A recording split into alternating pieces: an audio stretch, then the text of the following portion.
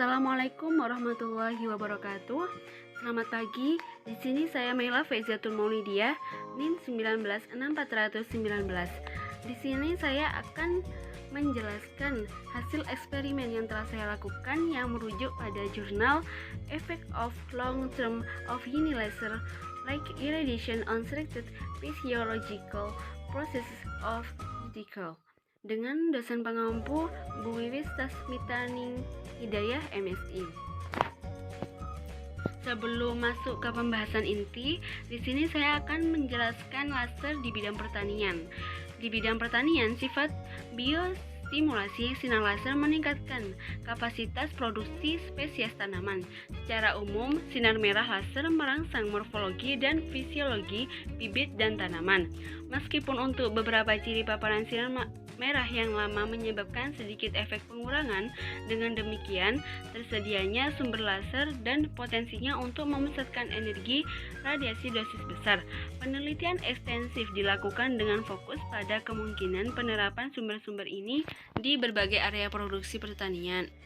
Salah satu metode fisik yang lebih aman bagi lingkungan dan sudah umum digunakan dalam produksi benih adalah iradiasi laser. Dan di sini salah satunya saya akan melakukan eksperimen pada tanaman gandum. Di sini daftar isi yang akan saya lakukan dalam presentasi kali ini. Yang pertama ada rumusan masalah, yang kedua ada tujuan, yang ketiga ada metode, yang keempat ada hasil dan pembahasan, yang kelima kesimpulan, dan yang terakhir penutup. Kemudian di sini rumusan masalah. Bagaimana pengaruh dari iradiasi sinar laser jangka panjang terhadap panjang batang gandum? Tujuannya yaitu untuk mengetahui pengaruh dari iradiasi sinar laser jangka panjang terhadap panjang batang gandum. Kemudian ada alat dan bahan serta metodenya. Yang pertama, alat bahan yang digunakan dalam percobaan kali ini yaitu ada biji gandum critical, ada laser dengan panjang gelombang 630 sampai 650 nanometer. Di sini saya menggunakan laser mainan. Yang ketiga ada tisu sebagai media penyerapan. Yang keempat ada air sebagai media penyiraman dan proses peredaman biji gandum. Yang kelima ada wadah atau tempat tanaman. Dan yang keenam ada penggaris untuk mengukur panjang batang biji gandum. Kemudian ada metode penelitian. Yang pertama, tahap preparasi sampel. Biji gandum triticosecale with X chemus disinari dengan laser dengan panjang gelombang 630 sampai 650 nanometer.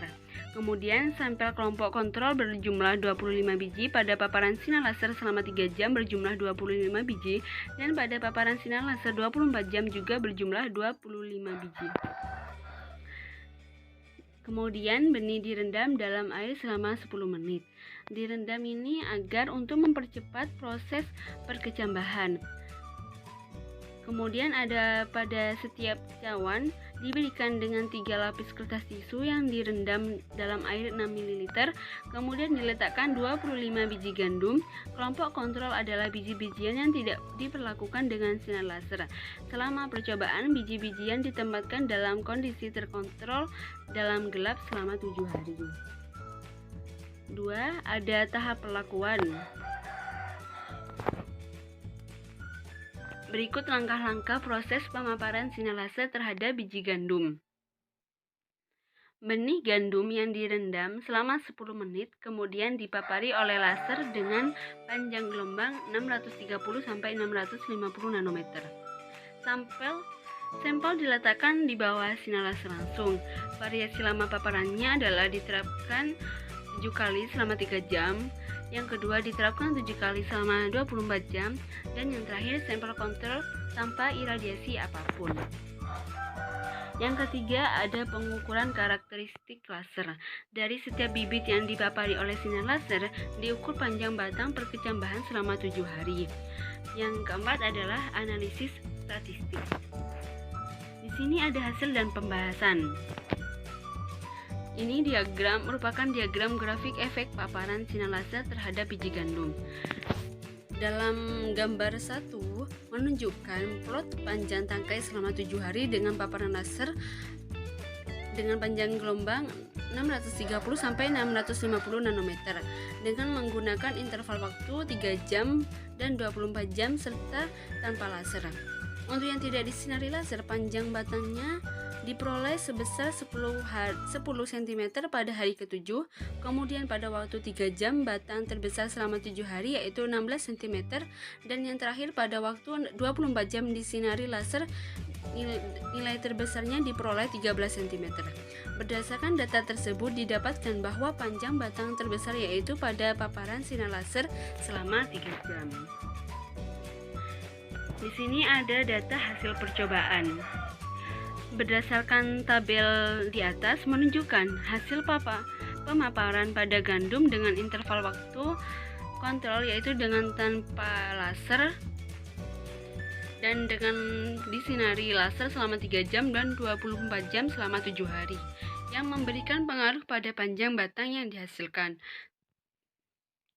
Dalam percobaan yang dilakukan pada gandum, kapasitas perkecambahan tertinggi untuk biji-bijian yang disinari dengan sinar laser selama 3 jam.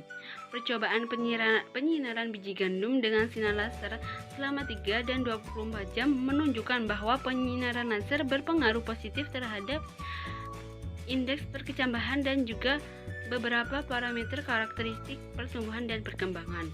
Mekanisme respon tumbuhan terhadap waktu penyinaran yang lama berbeda dengan reaksi tumbuhan terhadap waktu yang singkat saat perlakuan laser. Ini dapat menunjukkan perlambatan elemen tertentu dari metabolisme sekunder pada tanaman selama stres jangka panjang. Pabrik mengurangi pengeluaran energi sampai akhir stresor aktivitas. Jadi bisa disimpulkan di sini panjang batang gandum terbesar yaitu pada lama pemaparan sinar laser dalam waktu 3 jam. Karena pada 24 jam itu terlalu lama sehingga tanaman gandum mengalami stres jangka panjang dan sehingga memperlambat proses metabolisme sekunder pada tanaman. Nah, di sini adalah gambar pemaparan laser memberikan pengaruh pada panjang tangkai dan akar. Dari gambar di atas merupakan gambar biji gandum yang disinari oleh laser dalam waktu yang singkat yaitu selang waktu 3 jam. Kesimpulannya, berdasarkan data hasil percobaan, maka bisa disimpulkan bahwa paparan laser dengan panjang gelombang 630 sampai 650 nanometer dapat mempengaruhi pertumbuhan pada batang gandum. Dengan jenis Triticosecale Rhizome X Chemus dengan sinar laser selama 3 dan 24 jam menunjukkan bahwa penyinaran berpengaruh positif terutama terhadap indeks perkecambahan dan juga beberapa parameter karakteristik pertumbuhan dan perkembangan. Dengan demikian, dari bibit ini dapat digunakan untuk meningkatkan produksi tanaman dalam sistem tanam pada bidang pertanian. Namun, penyinaran sinar laser terlalu lama juga mengakibatkan pelambatan elemen tertentu dari metabolisme sekunder pada tanaman selama stres jangka panjang.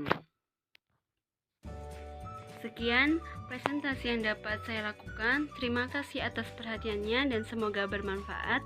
Mohon maaf apabila ada kesalahan dalam praktikum kali ini, baik berupa ucapan maupun tindakan.